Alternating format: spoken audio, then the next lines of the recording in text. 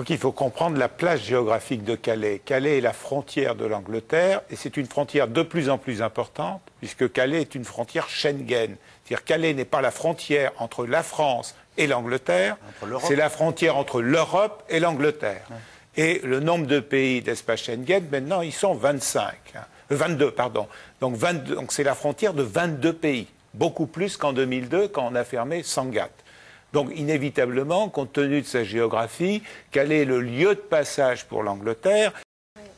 C'est-à-dire qu'on a eu beaucoup plus de personnes qui voulaient aller à Calais, passer en Angleterre, qui, puisqu'il n'y avait plus Sangatte, sont restés à Paris, autour de la gare du Nord, dans les squares, etc. Et actuellement, on a des groupes très importants qui sont en région parisienne. Donc vous dites qu'il y a eu un reflux, là où le point de traversée était auparavant le centre de Sangatte, en tout cas l'espoir de la traversée, et maintenant il se retrouve autour de la gare du Nord, en partie. La crise économique, elle touche tout le monde. Cela veut dire qu'elle touche à la fois le Sud et le Nord. C'est-à-dire d'une part, des pays du Sud, la pression migratoire n'a pas de raison de diminuer.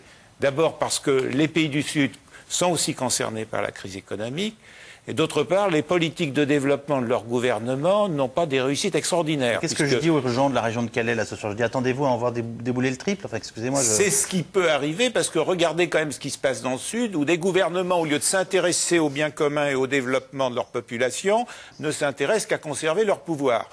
Donc, j'ai pas besoin de vous parler du Zimbabwe, de la Guinée-Conakry ou de l'Algérie pour citer ce que c'est quelques exemples.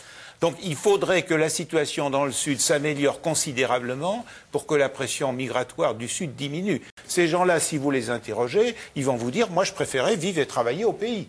Mais malheureusement pour eux, vivre et travailler au pays, compte tenu à la fois de la situation géopolitique de leur pays et de gouvernements souvent corrompus, ce n'est pas possible. Donc ils cherchent tous les moyens pour essayer d'améliorer leur survie. Il y a une chose qu'ils disent d'ailleurs qui est très frappant. Ils disent on ne vient pas en France pour piquer le travail aux Français, ni pour manger le pain des Français. Nous, on vient là parce qu'on ne peut pas rester chez nous. Que voulez-vous qu'on fasse avec le Taliban en Afghanistan, avec la répression qu'on a en Érythrée contre certaines religions? On ne peut pas rester chez nous, il faut qu'on parte. Donc, on part parce qu'on n'a pas le choix. On aimerait bien rester chez nous, vous avez raison, mais on ne peut pas. Donc, on revient là, mais on veut aller en Angleterre. Donc, le passage en France, ce n'est pas pour rester ici. Donc, on veut partir. Et je pense que les gens de Calais, à qui j'ai parlé pour revenir là-dessus, disent, bon, il y a une espèce de cohabitation qui se passe, qui part trop mal. Il y a certaines personnes qui m'ont dit, bah, si moi j'avais le choix, je mettrais tous ces gens-là dans un bateau et je les envoierais tous en Grande-Bretagne, parce que nous, on n'a pas réglé ce problème-là, ce qui est un peu vrai.